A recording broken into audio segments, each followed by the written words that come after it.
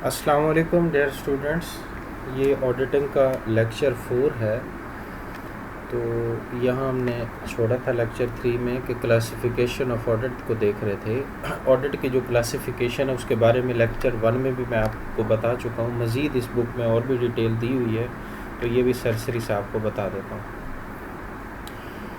अच्छा, classification organisational structure based audit भी है, स्पेसिफिक ऑडिट, इसके अलावा time based audit.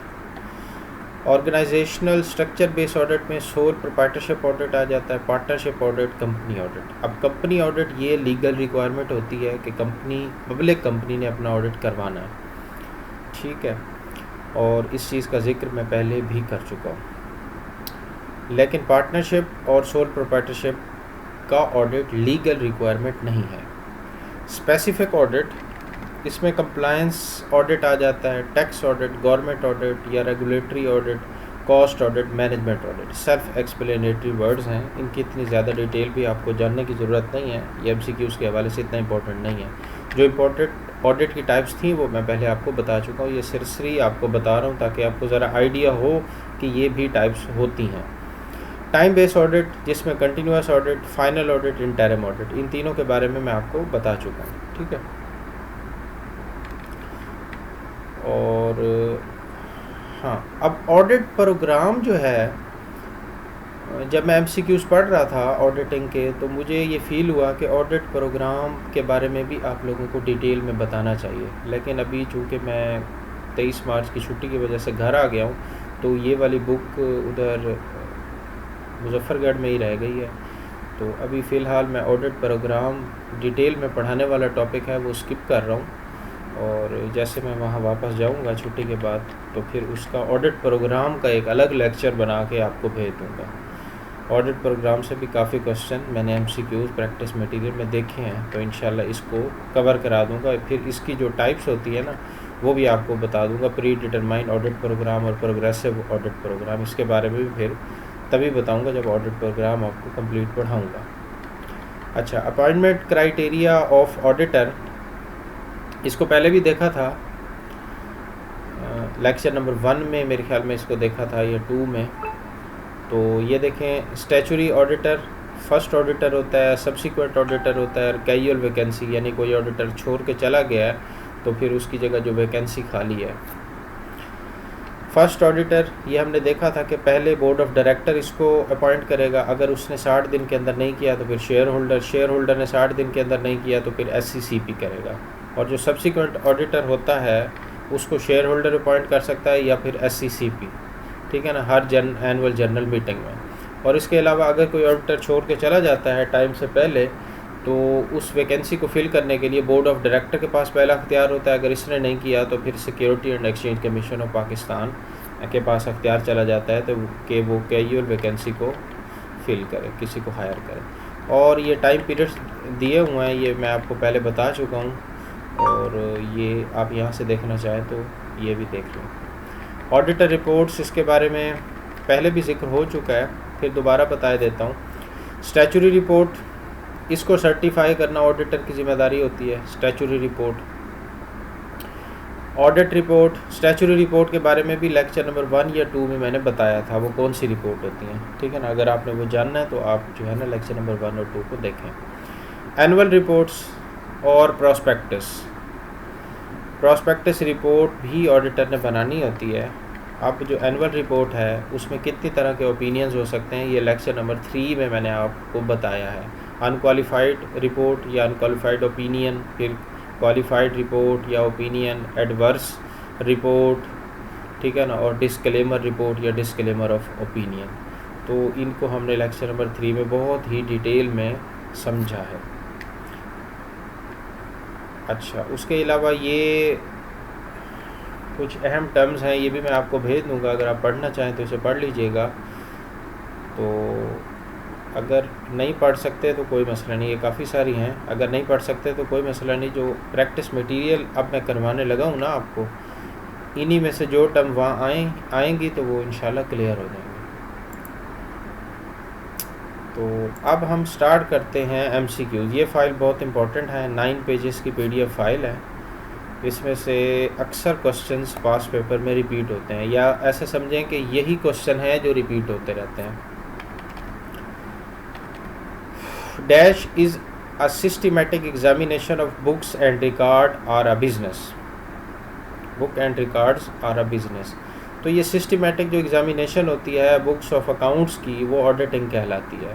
Process of verifying the documentary evidence of transaction are known as vouching. इसके बारे में पढ़ चुके हैं। जो नई बात आएगी ना यहाँ पे, उसको मैं डिटेल में टच करूँगा। जो ऐसी बातें हैं जो लेक्चर नंबर 1, 2, 3 में मैं बता चुका हूँ, वो सरसरी उसका आंसर बताऊँगा और आगे क्वेश्चन पे स्किप कर जाऊँगा। The term audit is derived from a Latin word audiare which means to hear। इसका मतलब to hear होता है, और audit का मतलब to hear, सुनना होता है। ठीक है, तो ये आपको याद रहना चाहिए, इसमें इतनी कोई रॉकेट साइंस नहीं है। Auditing is compulsory for joint stock company। The main object of an audit is depend on the type of audit। ठीक है ना। वैसे अगर देखा जाए कि जो ऑडिट का मेन ऑब्जेक्टिव होता है वो एक्सप्रेशन ऑफ ओपिनियन भी होता है, ये प्राइमरी हो जाता है। सेकेंडरी हो जाता है detection and prevention of fraud and error, both A B. तो ये डी ऑप्शन बेहतर होता है। डिपेंड करता है कि कौन सी ऑडिट की टाइप है। ठीक है ना। अब मैनेजमेंट ऑडिट भी होता है। मैनेजमेंट ऑडिट में तो ये मकसद दोनों बिल्कुल ही नहीं होते। ठीक है ना। इंटरिम ऑडिट भी होता है, कंटिन्यूस ऑडिट भी होता है, इसके अलावा इंटरनल ऑडिट होता है। हर एक का मकसद मुख्तलिफ होता है। तो इस वजह से ये बेहतर ऑप्शन यही है कि depends on the type of audit. ये क्वेश्चन अक्सर देखा गया पास्ट पेपर्स में पीपीएससी के। इसके बाद वो कहते हैं auditor is like a watch dog. ये भी याद रख लें, auditor is like a watch dog. अच्छा, ये है concealment of shortage by delaying the recording of cash receipt is known as lapping. अब ये एक नई टर्म है, इसको मैं आप एक्सप्लेन करता हूँ। देखिए, लैपिंग होता है मैनिपुलेशन ऑफ अकाउंट रिसीवेबल, यानी किसी से हमें पैसे वसूल हुए, हमने करना था अकाउंट रिसीवेबल को क्रेडिट, वो कर दिया। दूसरी साइड पे कैश को करना था डेबिट, लेकिन कैश को डेबिट करने के बजाय किसी और अकाउंट रिसीवेबल को डेबिट कर दिया, कैश अपने पास रख लिया। इस चीज़ को कहते हैं लैपिंग। ठीक है, आगे है the fundamental objective of the audit of a company is to. Fundamental objective क्या होता है किसी भी ऑडिटर के लिए, किसी ऑडिट के लिए? वो होता है attest to credibility of company's account. सबसे मेन मकसद तो यही होता है। ये जो बाकी 3 दिए हुए हैं ये मकासद तो होते हैं, लेकिन जो है वो फंडामेंटल नहीं होते। इनमें से ए पढ़ लेते हैं। Protect the interest of the minority share holder, deduct and prevent error and fraud, ये भी होता है। ये सेकेंडरी ऑब्जेक्टिव में आपको बताया था लेक्चर नंबर 1 में, और लेक्चर नंबर 3 में भी बताया आपको। Assess the effectiveness of the companies performance, ये तो हरगिज़ ही मकसद नहीं होता इसका ऑडिट का। जो फाइनल ऑडिट होता है या बैलेंस शीट ऑडिट तो होता है, उसका तो ये हरगिज़ मकसद नहीं होता। ठीक है ना। तो ये सबसे बेहतर है, और प्राइमरी ऑब्जेक्टिव भी यही होता है, प्राइमरी ऑब्जेक्टिव या फिर fundamental, attest to credibility of company's account. आगे चलते हैं। द कंसेप्ट ऑफ स्टीवर्डशिप, ये बहुत अहम है। स्टीवर्डशिप का क्या मतलब होता है? स्टीवर्डशिप का मतलब होता है means that a companies director save guard the companies assets and manage them on behalf of the share holder. यानी जो कंपनी के डायरेक्टर होते हैं वो कंपनी के एसेट की हिफाजत करते हैं और उन्हें मैनेज करते हैं on the behalf of share holder. ये जो डायरेक्टर होते हैं ये खुद भी शेयर होल्डर होते हैं। ठीक है ना। इन डायरेक्टर्स को इलेक्ट किया जाता है, शेयर होल्डर इनको इलेक्ट करते हैं, और ये फिर शेयर होल्डर्स के, बाकी शेयर होल्डर्स के बिहाफ पे कंपनी के जो एसेट्स हैं उनकी हिफाजत करते हैं और उन्हें मैनेज करते हैं। इस प्रोसेस को, इस एक्टिविटी को कहा जाता है स्टीवर्डशिप। ठीक है, अगले पेज पे जाते हैं। ये यहाँ पे नज़र नहीं आ रहा तो अगले पेज पे यही क्वेश्चन दोबारा है। ये देखें, स्टीवर्डशिप वाला आ गया। अच्छा, तो यहाँ है why do auditor concentrate their effort on material item in account. अब मटेरियलिटी के बारे में मैंने लेक्चर नंबर 3 में आप लोगों को बताया है, मटेरियलिटी के बारे में, जब मैं ओपिनियंस को पढ़ा रहा था। तो अब सवाल यहाँ पे ये बन रहा है, why do auditor concentrate their efforts on material item in account. यानी वो मटेरियल आइटम पे क्यों इतनी एफर्ट लगा रहे होते हैं ऑडिटर? उसकी वजह पूछ रहा है, because the risk to the account of their being incorrectly stated is greater, क्योंकि उनको इनकरेक्टली स्टेट होने का जो रिस्क है ना वो बहुत ज़्यादा है, इसलिए मटीरियलिटी यानी ऐसी चीज़ों पे ज़्यादा फोकस कर रहे होते हैं कि जिसका एक ख़ास इम्पेक्ट पड़ रहा होता है फाइनेंशियल स्टेटमेंट पे। क्यों? क्योंकि उनका रिस्क ज़्यादा होता है कि वो जो है गलत ना पुट किए जाए, गलत रिकॉर्ड ना किए जाए, इसी वजह से। अच्छा एक मिनट, इस साइड वाले, हाँ इस साइड वाले हो गए थे। अच्छा यहाँ पे वो ये कहते हैं अगला, which of the following is not the responsibility of company's director, company के डायरेक्टर की कौन सी रिस्पॉन्सिबिलिटी नहीं है reporting to the share holder on accuracy of account. ये जो रिस्पॉन्सिबिलिटी है ये तो ऑडिटर की होती है, तो ये ऑप्शन सही होगा कि ये डायरेक्टर की रिस्पॉन्सिबिलिटी नहीं होती कि वो अकाउंट्स की एक्यूरेसी को रिपोर्ट करें शेयर होल्डर को। आगे वो कहते हैं इंटरनेशनल अकाउंटिंग स्टैंडर्ड IAS, ठीक है। आर, वैसे ये वर्ड तो इंटरनेशनल स्टैंडर्ड्स ऑफ ऑडिटिंग होता है ना, IS से होता है। तो यहाँ पे ये पूछ रहे हैं इंटरनेशनल ऑडिटिंग स्टैंडर्ड या इंटरनेशनल स्टैंडर्ड्स ऑन ऑडिटिंग या of auditing ISA are issued by, कौन इशू करता है तो देखते हैं। तो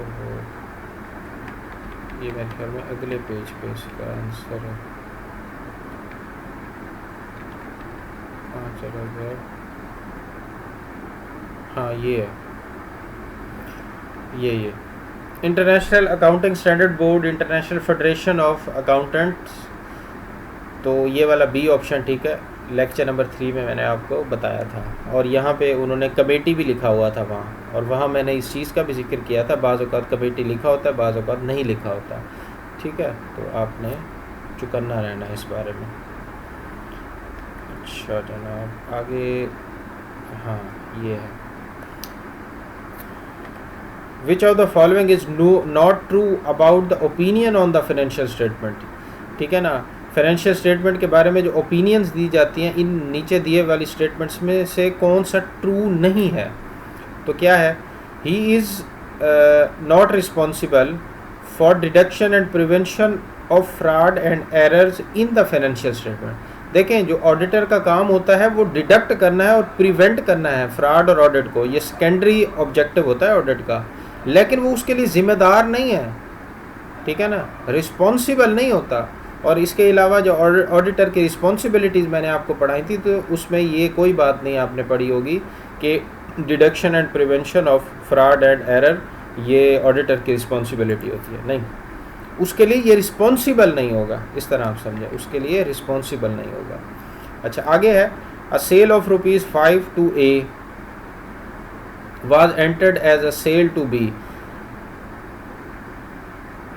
यानी ₹5 की सेल थी, वो A के हिसाब में लिखनी थी, B के हिसाब में लिख दी, तो कैटेगरी सेम है, ठीक है ना। This is an example of error of commission, error of commission, error of principle, detail में लेक्चर नंबर 3 में मैं आप लोगों को बता चुका हूँ, ठीक है ना। तो कैटेगरी सेम है, ₹5 वो भी जो है ना आपने रिकॉर्ड किए हैं डेटर के तौर पे, और जो है ना सॉरी डेटर के तौर पे रिकॉर्ड करने थे लेकिन बी में कर दिए, कैटेगरी सेम है, ठीक है, चेंज नहीं हो रही, वो भी ए भी डेटर है, बी भी डेटर है, ठीक है ना, जिनको उधार पे आप चीज़ें दे रहे हो, तो कैटेगरी सेम है, तो इस वजह से वो एरर ऑफ कमीशन होगी, एरर ऑफ प्रिंसिपल नहीं होगा।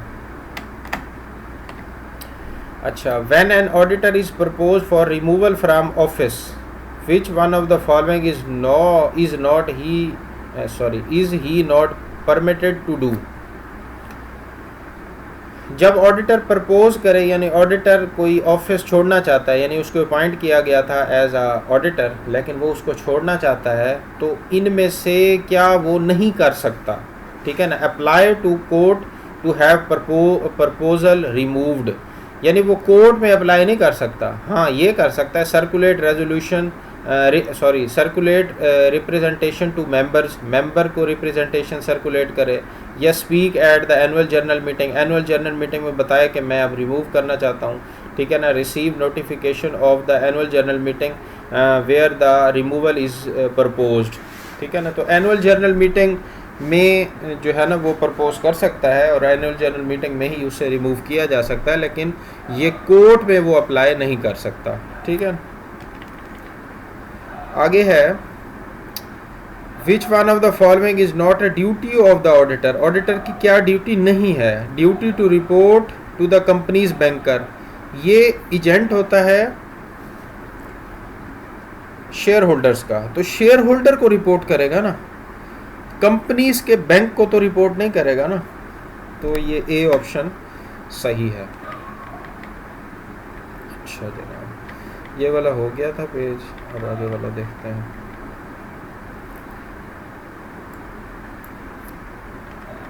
अच्छा आगे वो कहते हैं assuming that it is not the first appointment of the auditor who is responsible for the appointment of auditor, director ने अपॉइंट नहीं किया तो दूसरा जो हक होता है वो फिर शेयर होल्डर का होता है, ठीक है ना, वो एनुअल जनरल मीटिंग में अपॉइंट करेगा। अगर इन्होंने भी नहीं किया तो फिर security and exchange commission of Pakistan करता है ऑडिटर को appoint. The independent auditor primary responsibility is to share holder, share holder का वो एजेंट होता है, शेयर होल्डर को रिपोर्ट करना उसकी जिम्मेदारी होती है। How long is the auditors term of office, यानी ऑडिटर जो है वो कितनी देर ऑफिस को होल्ड करके रखता है until next annual general meeting. ये भी थ्योरेटिकल पोर्शन में मैंने आपको बताया था, एक एनुअल जनरल मीटिंग से अगली एनुअल जनरल मीटिंग तक वो ऑफिस को होल्ड करके रखता है। अच्छा, which of the following is correct in relation to materiality, materiality को लेक्चर नंबर 3 में मैंने बहुत डिटेल में बताया था जब मैं ऑडिटर रिपोर्ट्स के बारे में बता रहा था। तो अब वो कहते हैं कि इन में से कौन सी जो डेफिनेशन है वो मटीरियलिटी की है। A matter is material if its omission और misstatement would reasonably influence the decision of an addressee of the auditor report, यानी मैटर मटेरियल होगा अगर कोई चीज़ ओमिट कर दी जाए या मिस स्टेटमेंट की जाए और उसका बुरा इम्पैक्ट पड़े उन लोगों पे जो ऑडिटर रिपोर्ट पे बिलीव कर रहे हैं, ठीक है ना, तो ये बेहतर स्टेटमेंट है। अच्छा आगे वो कहते हैं which one of the following is not considered to be the part of planning. अब जो ऑडिट प्रोग्राम है ना, ऑडिट प्लानिंग उसका एक पार्ट होता है, तो ऑडिट प्रोग्राम अभी मैंने पढ़ाया नहीं, तो वो जब मैं आपको पढ़ा दूंगा तो फिर ये MCQs भी उसके साथ रिलेट कर दूंगा।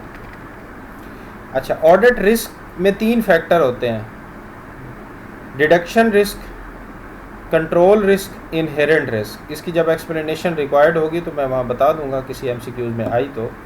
फिलहाल आप ये याद रखें, deduction risk, control risk, inherent risk. ये जो कंप्लायंस रिस्क होता है ये ऑडिट रिस्क का पार्ट नहीं होता, यानी ऑडिट रिस्क जब पूछा जाए तो ऑडिट रिस्क में सिर्फ 3 ही चीज़ें आएंगी, डिडक्शन रिस्क, कंट्रोल और इनहेरेंट। ये 3 चीज़ें मिल के ऑडिट रिस्क बना रही होती हैं।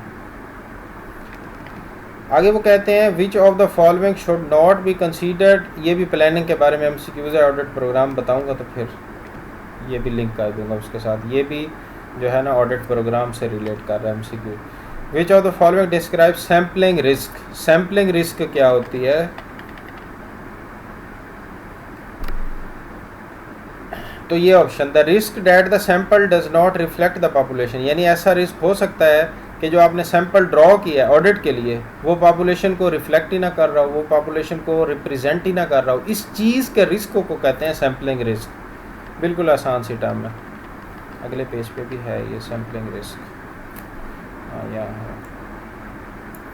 अच्छा, which of the following is not an accepted method of selection in sampling, ठीक है ना, सैंपल को जब सेलेक्ट किया जाता है तो इन फॉलोइंग में से कौन सा मेथड नहीं है, ठीक है ना, इसको सैम्पलिंग को सिलेक्ट करने का, systematic selection.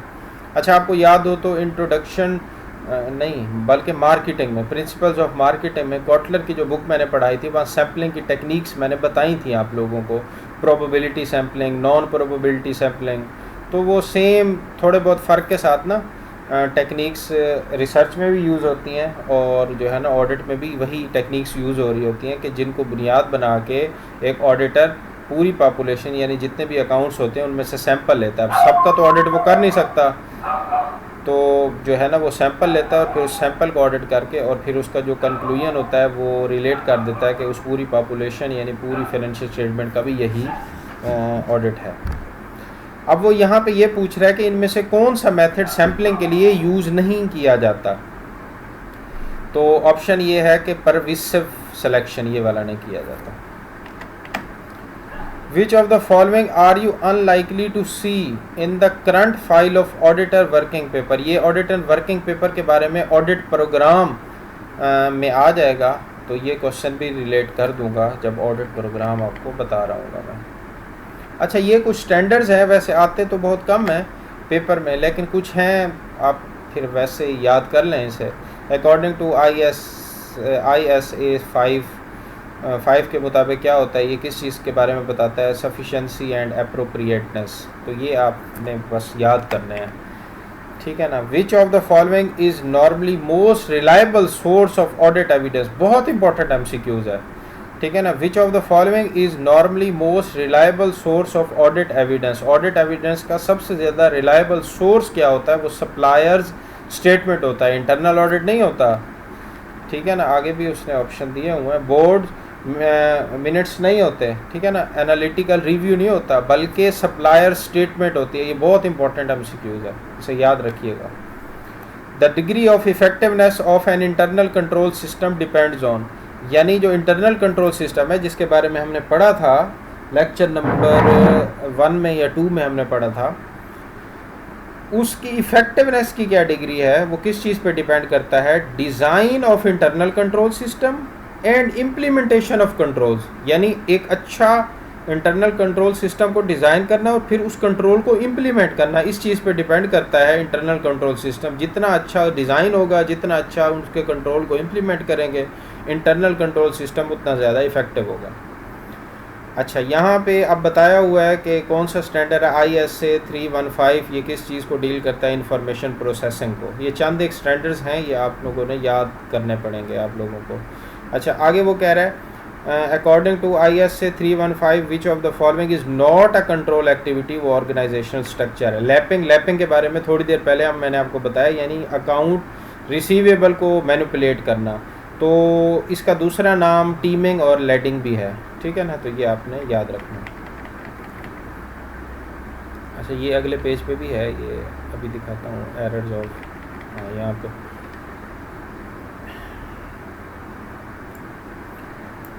goods sent on approval basis have been regarded as credit sale. This is an example of error of principle, वो आंसर दे रहे हैं, यानी ऐसी गुड्स भेजी हैं जो अप्रूवल के लिए भेजी गई हैं, ठीक है ना, सैंपल के तौर पे भेजी गई हैं और आप उन्हें क्रेडिट सेल में रिकॉर्ड कर रहे हैं, यानी कैटेगरी ही बदल गई, तो वो एरर ऑफ प्रिंसिपल होगा, ठीक है।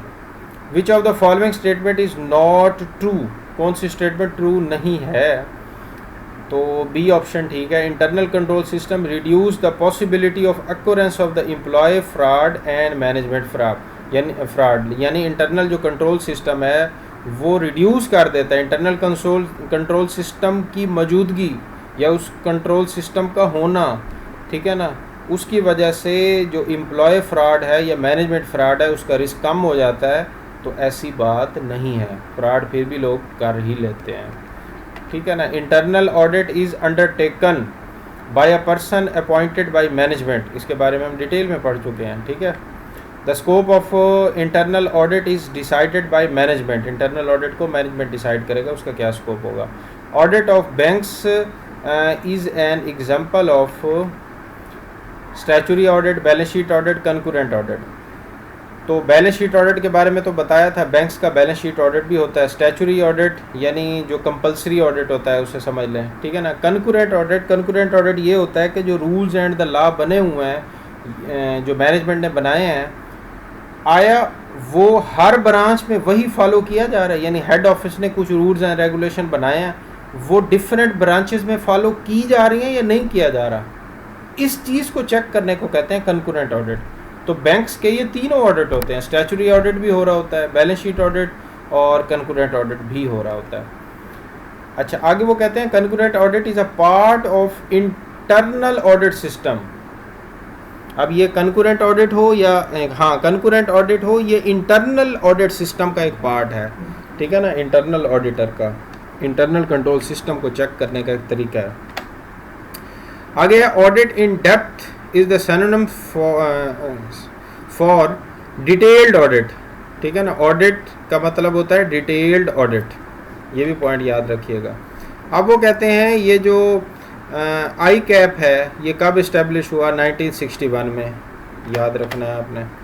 विच of the following statement is not true about the continuous audit, कौन सी स्टेटमेंट ठीक नहीं है। It is needed when the organisation has a good internal control system, अगर ऑर्गेनाइजेशन का इंटरनल कंट्रोल सिस्टम गुड है तो फिर उसे कंटिन्यूस ऑडिट की ज़रूरत ही नहीं है, तो यही स्टेटमेंट ठीक है। वो यही पूछ रहा था कि कौन सी सही नहीं है, तो ये सही नहीं है, तो ऑप्शन भी यही ठीक है। फिर इंटरनल चेक, आपको बताया था इंटरनल जो कंट्रोल सिस्टम होता है उसको किस तरह चेक किया जाता है।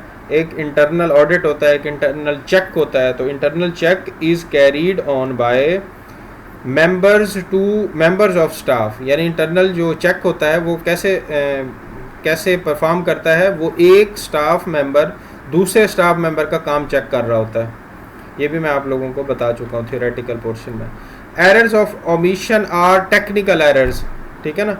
जो एरर ऑफ ओमिशन है टेक्निकल एरर्स भी या क्लैरिकल एरर्स। अब लेक्चर नंबर 3 में मैंने आपको एरर्स की टाइप्स बताई थी, तो वहाँ पे मैंने आपको क्लैरिकल एरर बताया, तो उस क्लैरिकल एरर का एक दूसरा नाम भी रख लें टेक्निकल एरर्स, ठीक है। अच्छा, ये अगले पेज पे ये फिर आ जाएगा, तो ये देखते हैं। हाँ, अब विंडो ड्रेसिंग क्या होती है, ये बड़ी इंपॉर्टेंट टर्म है। Window dressing overvaluation of assets, asset को ओवर वैल्यू कर देना, ठीक है ना, तो उसको कहते हैं window dressing. Test checking, test checking का क्या मतलब होता है, यानी सारी ट्रांजैक्शंस को चेक नहीं किया जा रहा बल्कि सिलेक्टेड नंबर ऑफ ट्रांजैक्शन को चेक किया जा रहा है, तो इसे कहते हैं checking of selected number of transaction. आगे वो कहते हैं विच of the following statement is not correct about materiality, materiality के बारे में कौन सी जो स्टेटमेंट है वो ठीक नहीं है। तो ये एमसीक्यूज जो है ना ऑडिट प्रोग्राम से ताल्लुक़ रखता है, तो ये फिर जब पढ़ाऊंगा उसके साथ लिंक कर दूंगा ये वाले। अच्छा, डैश ऑडिट रिस्क, ये भी इंपॉर्टेंट है MCQs. Dash audit risk, dash materiality and dash audit effort. तो ये ऑप्शन लोअर ऑडिट रिस्क, जितना ऑडिट रिस्क लो होगा। ऑडिट रिस्क कौन कौन से, डिडक्शन, इनहेरेंट और एक और रिस्क था, एक डिडक्शन हो गया, इनहेरेंट और एक प्रिवेंशन था, या पता नहीं मेरे जहन में नहीं आ रहा। वो ऑडिट रिस्क के वो 3 कंपोनेंट थे, ठीक है ना। लोअर द ऑडिट रिस्क, जितना ऑडिट रिस्क कम होगा, डैश द मटीरियलिटी, उतनी मटीरियलिटी ज़्यादा होगी, और उतना ऑडिट एफर्ट कम होगा। जितना रिस्क कम होगा उतना ऑडिट एफर्ट कम हो जाएगी, ठीक है ना, क्योंकि रिस्क ही कम है तो ऑडिट के लिए ज़्यादा मेहनत नहीं करनी पड़ेगी, और मटीरियलिटी उतनी ज़्यादा हो जाएगी। तो ये ऑप्शन याद रखिएगा, लो हायर लो। लेकिन इस तरह जो है ना आपने रटना नहीं है लोअर हायर लोअर, आपने वो तरतीब भी देखनी है, ये ऊपर वो आगे पीछे ना कर दे तरतीब, ठीक है। आगे है व्हेन इशूइंग अनक्वालिफाइड ओपिनियन। अब qualified opinion, unqualified opinion, disclaimer of opinion, adverse opinion, lecture number 3 में डिटेल में समझा चुका हूँ। When issuing unqualified opinion, the auditor who evaluate the audit finding should be satisfied that। अब इसका ये कौन सा ऑप्शन है, इसका ऑप्शन है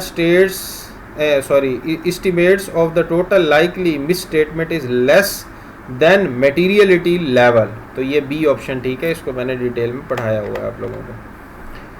In determining the level of materiality for audit, ठीक है ना, what should not be considered in determining the level of materiality, यानी ऑडिट हो रहा है, ऑडिट का लेवल ऑफ मटीरियलिटी क्या है, उसमें जो चीज़ें अंडर कंसीडर आती हैं वो कौन कौन सी हैं। Prior years error, adjusted interim financial statement, prior years financial statement, ये चीज़ें आती हैं। लेकिन ऑडिटर की रिम्यूनरेशन का इससे कोई ताल्लुक नहीं होता, ठीक है ना। तो ये आपने याद रखना है। लेकिन वो एमसीक्यू इस तरह भी पूछ सकता है आपसे कि कौन कौन सी चीज़ें कंसीडर की जाती हैं, तो फिर ये 3 ऑप्शन दे के और ऑल ऑफ अबव कर दे, तो वो भी आपने चुकन्ना रहना है इसके बारे में।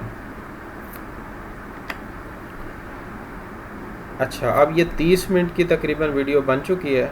मैं इसे छोटे छोटे क्लिप्स बना के आप लोगों को भेजता हूँ, कोशिश करता हूँ जितना हो सकेगा। बाकी जो नहीं हो सकेगा वो प्रैक्टिस मटेरियल आपको भेजूँगा, तो वो आप लोगों ने खुद से प्रैक्टिस करना है। फिर जो आपको प्रॉब्लम हो तो आप मुझे बता दीजिएगा।